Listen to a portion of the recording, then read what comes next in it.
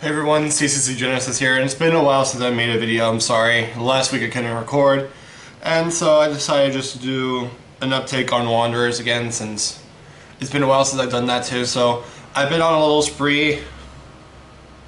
I bought a lot of cards for very cheap from Grimm Cluster, so I just wanted to talk about what I personally think are really good, strong picks to pick up for Wanderer if you are very interested in it, or rather if you just want to have a collection.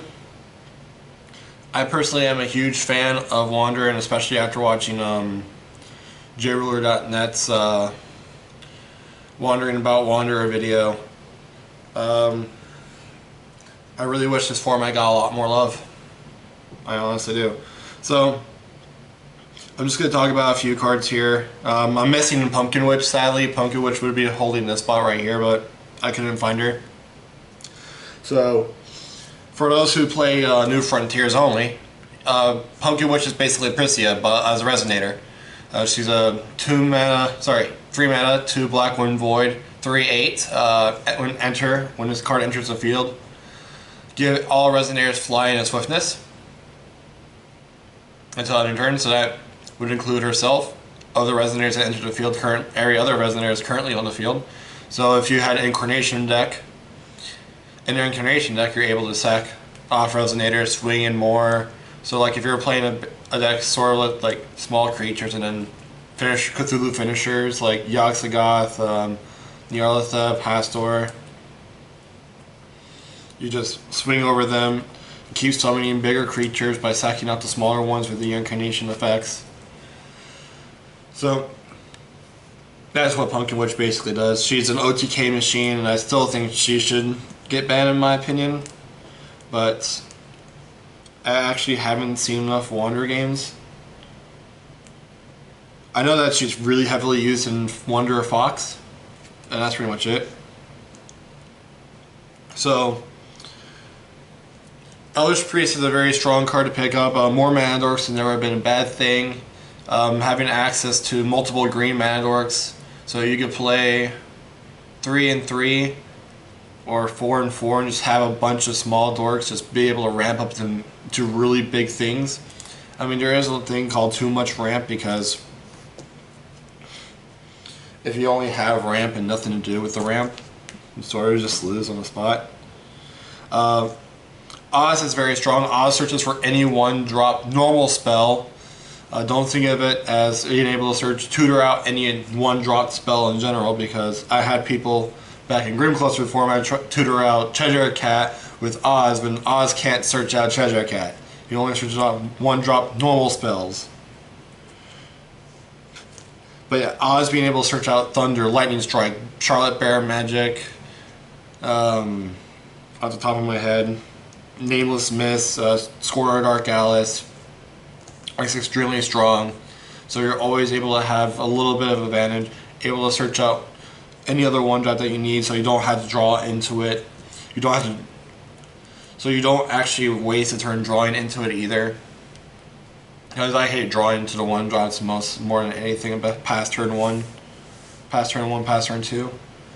And then we have Laura. She's a Stratos for vampires. She searches out vampires, and since vampires are getting a lot more support in the future sets, she's going to be extremely prominent. Plus, you're just able to be used for Incarnation Fathers, such as Nyarlathotep, Yogg-Sagoth, Hastur, if you are planning on also using an Incarnation deck. So she has a very strong relevant effect, and so she's able to search out herself, so you're able to play multiple copies of her in multiple occurs in multiple turns. Send out the deck some more. Deck thinning is deck winning, as we all say here. 40 Thieves. 40 Thieves is very nice. Being able to cycle out cards. He's 2 mana, 4/4, draw 2 cards, discard 2 cards. So this allows you to cycle out certain cards out of your hands if you're playing like a Yamato Reanimator deck. I saw this really nice mono white Blazer list. It's really not mono white because Blazer produces red, but it's basically mono white because he doesn't run any dual stones, so you don't have to worry about getting split up in Earth. But I'm really surprised I didn't see him run 40 Thieves to pitch Yamato's out of his hand. I know he's running Guinevere's, but he's also not running Ruck Eggs either to search out the Yamatas, so it's a little something that you could do. Being able to pitch Yamata no auto shoot from your hand and then being able to swing with him for game is very nice because you're able to reanimate Yamatas. Just in general, 40 Thieves is very strong in most reanimator decks. You can play him in Rezard. There was a lot of Rezard lists before Grimm Cluster rotated out, using 40 Thieves to pitch out certain cards out of their hand. For Rezard to just, instead of having to mill, you would just pick the cards that you would want in the graveyard instead. Personally, one of my favorite Resonators in the game is Alice, the Guardian of Dimensions. She's very strong, able to protect your entire field as long as you're able to play blue mana. 3 mana, 7/7 with flying, very strong. A lot of people don't expect her to have the flying, which is, I wouldn't expect it either, to be fair, but I got a lot of people with that. And then she has the activate effect where you pay 1 light, tap herself, remove her and another target Resonator from the game. So if you have a way to constantly keep playing your exiled, you can keep her bringing her back with like Lumia. Alistar's doesn't really use the exile like that. She also just helps people that wanting things to be exiled. She's a very strong spot removal, has a very strong protection effect. You really just I mainly just use her for the protection effect. Has 1 blue to give everything barrier. Is really strong. And that's what I really like about her. That the fact that she gives everything barrier. Before it was, I considered hexproof because honestly, barrier wasn't really considered a thing. It was just either can't be targeted by your opponent's specs or can't be targeted at all, like Treasure Cat. So, next I have Campanella. You might wonder why I have Campanella here. Mainly because I'm a huge fan of Kaguya. I like Kaguya 2.0. And I also like Kaguya 4.0. I think they're very fun decks to play. Kaguya 2.0, especially right now, with her being able to search out the first moon. So if you play like 2 of her, get 2 first moons out of your deck immediately. You don't have to worry about having to get them out of your deck. So you're able to protect all your other treasury items. And since your deck functioning around treasury items, you don't want them all to just disappear. Especially, you can go really cheesy build, which is what I want to do, which is Exodia 2.0. Where you just J-activate for 14 mana, for 12 moon, bring out all 12 Komodos and just tap them on the same turn and win. I just really want to do that cheese build right now. But yeah, that's really why I like Campanella in the build. That's why I put Campanella here. It's just mainly my opinion. I still think she's a decently strong card. And then Morgiana. Morgiana's an extremely, really strong card. I love Morgiana. The ability to filter out your draws is very strong. So Morgiana to Treasure Cat, Morgiana to Tama, Morgiana to Tama again. Anything that lets you just cycle out your deck. There's a lot of cycling effect in green. There's a lot of cycling effect in blue. There's a decent amount of cycling in red. If you want to play red-green, you can use that with Guinevere. So you look at the top 3 cards for every draw and pitch a card. So you look at the top 6 cards, pitch a card after that. Very relevant, very nice. Dream of Juliet is particularly strong, especially with the new Frontier cards. Being able to flash in, being able to blink the Resonators, and being able to proc your enter effect when this card enters the field effects again is very strong. As well as being able to use finishers, obviously, like if you have a Swiftness Resonator, you just restand it, swing it again. Proc their enter effects if they have an enter effect.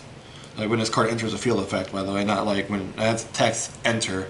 I wonder if they'll ever change that, or if they already have.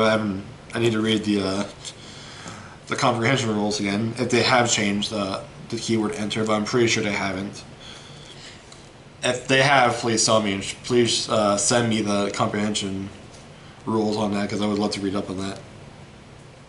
But other than flashing out, it has the ability to cycle itself, so you use it as a cantrip. You're able to destroy target additions with it, which is really nice. So because additions are actually really strong right now, like strong additions like Barrier Seal, And then a new one is coming out that doesn't let you activate non-will effects. Barrier Shadows is still going to be prominent because Regalias are going to be extremely prominent. But this is just basically a Grimm cluster showcase only. So next we have Zero Megas Null. Zero is very strong, as a very anti-Pumpkin Witch card, which you really need to pick up. Very anti-flying card. When she enters the field, she gets your opponent controls -2/-2, and fly, and they all lose fly until end of turn. So you're able to go for game.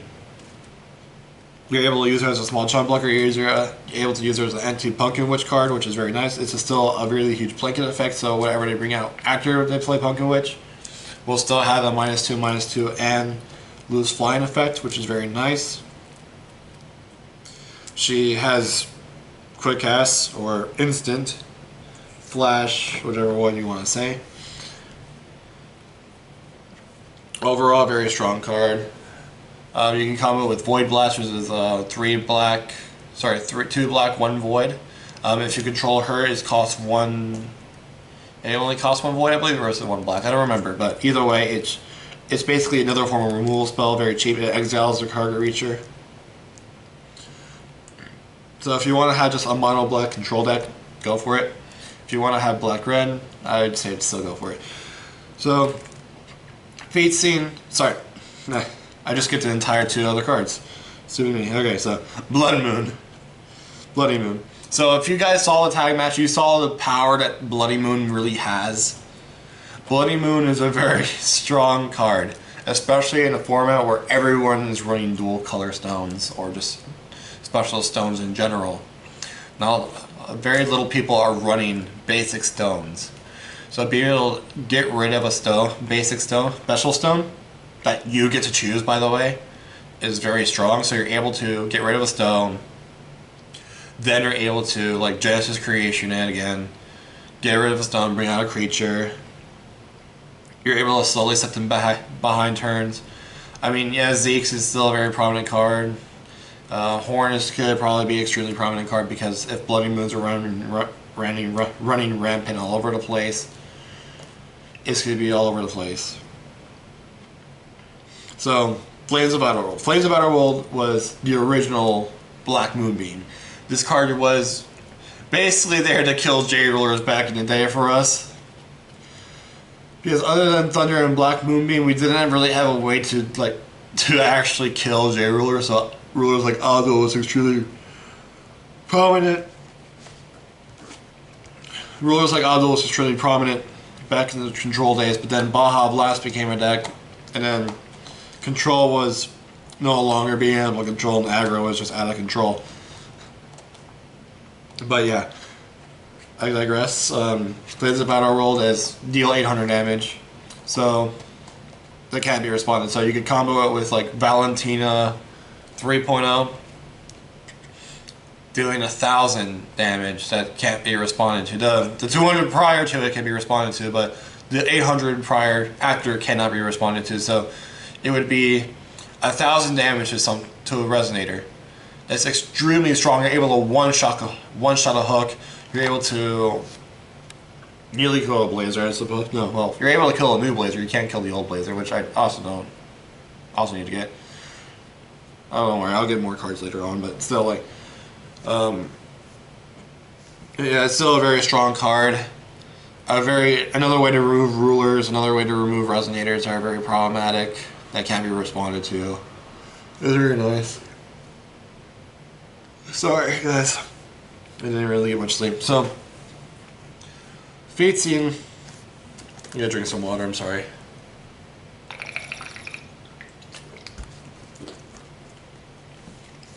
So, Fate Scene was the old Melfi. Melfi is completely better than Fate Scene, but I would still recommend playing Fate Scene in Wanderer format because you don't have to have the Torn effect to be able to proc on Resonators. You just flash her in, get a nice chump block, have a decently good Matador on your field that can produce anything, get Flames of Outer World, still can produce mana. I mean, if you have the Melfies, play the Melfies. Fate Scenes are a very cheap alternative to Melfi, and I still really like Fate Scene. But unless she's still a very strong card to pick up and a very good card to pick up, I would recommend still getting her. Gretel. Guess what more stones we have? All green stones. Oh no. All the new dual stones still count as green stones. So if you want to play just a basic green stone, like all those dual color green stone decks, look, you can't miss anymore and just get free ramp on turn 2 or turn 1 if you have Energize. Oh look, Gretel's still pretty fucking stupid, even as the game goes by. Cake Zone, not so much, because I would still rather just play Seal of Winter Light or Keen Sense. But nonetheless, Susano and Happy no Habakiri, I'm going to put those two together, because Susano equips Happy no Habakiri to himself and kills your fucking opponent. Happy no Habakiri by itself gives Resonator +4/+4, so you'd combo with like Lancelot back in the day. Deal 700 to your opponent's Resonator, which also dealt 700 damage to your opponent's face. So you dealt 17 damage a turn, which is rather insane. Being able to give any Resonator the ability to just deal damage to your opponent's face while getting superb trades is very strong. I think Happy no Habakiri was one of the strongest additions we have ever created, and I still think that today, especially with cards like Susano. So Susano has multiple effects. If your opponent controls a dragon, you pay him for 3 void. That on its own is extremely strong. I don't know how prominent dragons are going to be, but even nonetheless, Susano is still a very strong card. And you can also run cards like Moonstart, the Fantasy Stone, to turn him into a dragon during your recovery step. So you're able to play Susano, equip Happy no Habakiri, deal 16 damage, swing again for 16 damage, or trade into a Resonator and just straight out kill them because he has Pierce. So you do the remaining damage with Pierce, and you do another 16 damage to them. So Susano is just a straight up OTK machine by himself. I remember seeing Reflector Frame just revolve around Susano just killing the opponent, which was hilarious. Because you would just rest a creature, you would just force creatures to rest with Light Illumia, play Susano, swing, equip Happy no Habakiri, deal 16 damage, swing with 16, deal 16 again, deal the remainder with Pierce and kill him. Robot of Fire Rat. Red is still a very strong color and is always getting stronger by the set. Especially in Grimm Cluster, where you have cards like Susano. So, tap itself, prevent all damage dealt by Fire Resonator. So if your opponent has a Susano and you have Robot of Fire Rat, you tap that immediately, and that Susano is basically worthless for the turn. Which is great, because I don't feel like dying to Susano ever. You can also stop Yamada combo until they flash it out with Dream of Juliet, or sack it off with Leviathan and bring it back with like Genesis Creation. Not Leviathan, like Guinevere sacking it off and Genesis Creation again. But I digress. So it's just used to like stop really big, strong red Resonators. You can also stop multitude of red Resonators, like dual color red Resonators. You can stop your new Blazer with it because he's black-red. If only this hit J-Rulers as well, we can stop, like I said, we can stop Priscia. But we can't stop Priscia. All hail Priscia. So next we have Nyarlathotep Usurper. I think Nyarlathotep is a very strong card. Because we have access to Rasputin, we have access to Monkey Trapped in Life, we have access to Rook Gang. So you have a lot of small creatures that we are always willing to sacrifice and always willing to get back to the advantage. A Monkey Trapped in Life will always come back to your hand, so is Rasputin. With a little bit of life loss, oh well. Losing 100 life a turn, losing 300 life a turn isn't bad. You can play it in Fox, gain back to 100 eventually. You can play it in a miniature life gain deck if you want to. gain a little bit of life back. When she enters the field, you look at your opponent's hand. Hello. And you just discard a card.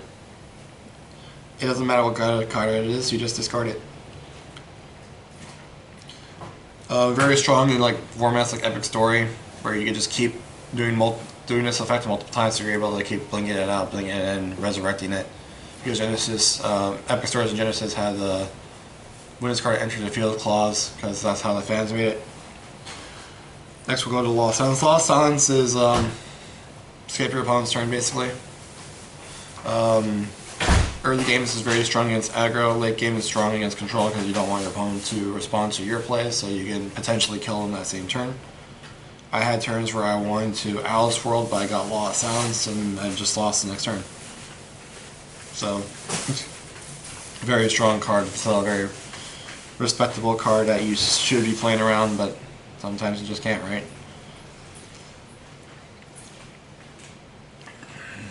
Zeke's has multiple effects. 4 effects to be exact, saying cancel target summon spell or target creature spell for those magic flares. Give target resonator hexproof, so you can't target it anymore, your opponent can't target it anymore. Very strong effects. Give all resonators you control +2/+2, so you can use this as a board pump to respond to certain like board wipe effects like Flames of Outer Summon, sorry, not Flames of Outer, World Flame Summoning, Awakening the End, and then you can have all cards shuffled back into your deck. This does include Magic Stones, but if you are playing Crimson Fairy Tale, you do all 4 of these effects. But nonetheless, Zeke's is still going to be a strong, prominent card. Stoning Death was seemed to be the second most played card in Wanderer Italy. I think it was Italy. I'm not quite sure. It's just simple 2 black, destroy target resonator. Very easy removal spell, very cheap removal spell, and nonetheless extremely strong. It has shown its results in the past, and it will keep continuing to show its results in the future. Target Dual Truth.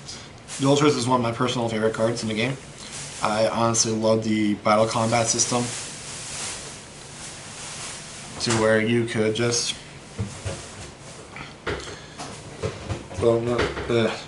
you could do a lot of cute combat tricks with Dual Truth, and honestly that could just give you very strong favorable trades. So you could do a nice 2-for-1.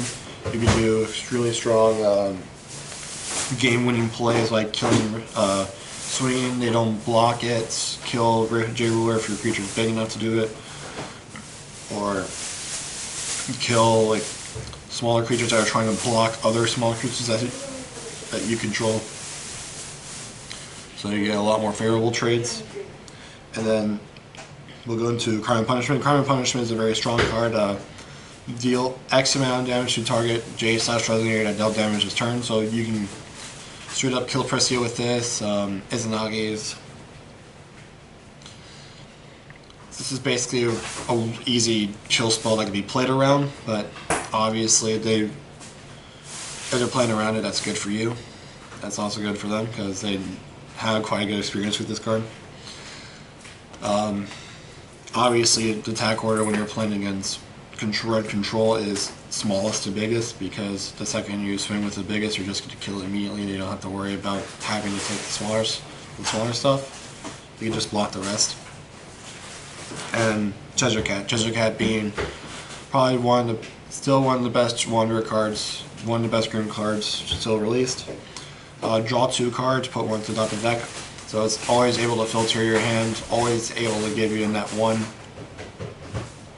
Well, it always being able to, while dying, it always goes back in your deck, unless they have a way to remove it, like Barrier Seal, Ragnarok, Dark Alice's effect. So it's always able to go back in the deck, so you can't really deck out as long as you have this card, and as long as this card will be in your deck, you can no longer deck out. but also not being able to be targeted by anything, so you have a nice jump blocker. You can always have the ability to always pump it with AoE effects, so you're always able to have a cheap attacker as well. I did have a game where I had 4,000 attacking ginger cats and killed my opponent with them. If you want to know about that story, leave it down in the comments. I'll make a deck profile about that. But that was a long time ago. I don't even remember if I can remember those cards. But nonetheless, I hope you guys enjoyed this. Leave a comment down below if you want to know more about green cluster formats. If you want to know more about what cards you should probably pick up. This is something that I do want to do more of. So give me some feedback. And I hope you guys enjoyed.